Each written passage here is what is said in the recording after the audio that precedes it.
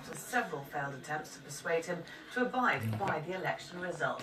Nicholas Hack reports now from neighbouring Senegal. Yahya Jammeh greeting Nigerian President Buhari and the heads of states of Sierra Leone, Liberia, and Banjul on Friday morning. A small crowd of Jammeh supporters were brought in by bus for the occasion. Behind closed doors, they held talks trying to convince him to peacefully hand over power.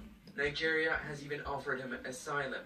But after hours of discussion, when the Nigerian president was asked if Jammeh will step down, Buhari answered, "God only knows." The stakes are extremely high. On one hand is Jammeh and the military muscle he has relied on since he came through coup d'etat to power. That has been the mainstay.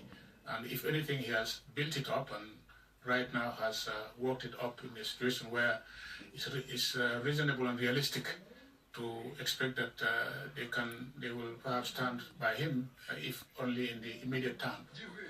President-elect Adama Barrow is due to take over power in less than a week. He called for direct talks with Jammeh, promising there will be no prosecution against him. Human rights organizations have accused Jammeh and his security forces of arbitrary detention, torture, and extrajudicial killings of political opponents. In an address to the nation, Jammeh accused the international community and ECOWAS, the West African body, of meddling in Gambia's affairs.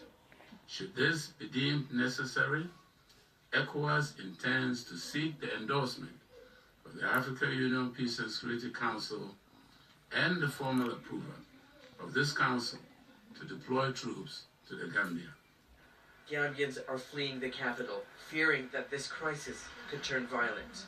Troops in Senegal and in Nigeria are on standby. Meanwhile, Adama Barrow traveled to neighboring Mali, where he will be holding talks with African heads of states to explore all options, as Yahya Jammeh and his security forces grow increasingly isolated.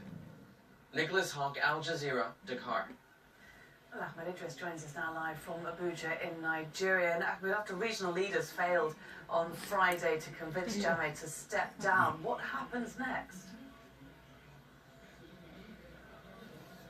Well, basically, they haven't ruled out continuing diplomacy, but it's increasingly looking like the top option now, the military option. We heard the president of the ECOWAS Commission saying that whatever military force that will be deployed to Gambia will be led by Senegal.